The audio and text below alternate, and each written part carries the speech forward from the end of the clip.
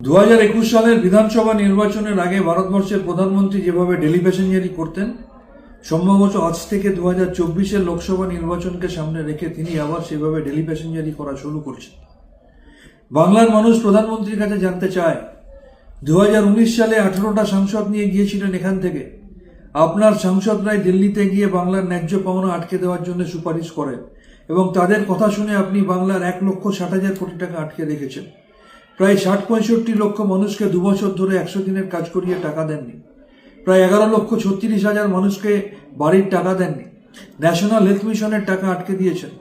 সমগ্র শিক্ষা অভিযানের টাকা আটকে দিচ্ছেন। এই বাংলা বিদ্বেষী ভারতীয় জনতা পার্টির প্রধান কর্ণধারের কাছে বাংলার মানুষের আরেকটা প্রশ্ন, আজকে কি আপনি সেই শুভেন্দু অধিকারীর সাথে স্টেজ শেয়ার করবেন, যে শুভেন্দু অধিকারীর নাম সিবিআই এফআইআর আছে, যার বিরুদ্ধে 20টা এফআইআর আছে, যাকে প্রকাশ্যে টিভি ক্যামেরায় টাকা নিতে দেখা গেছে?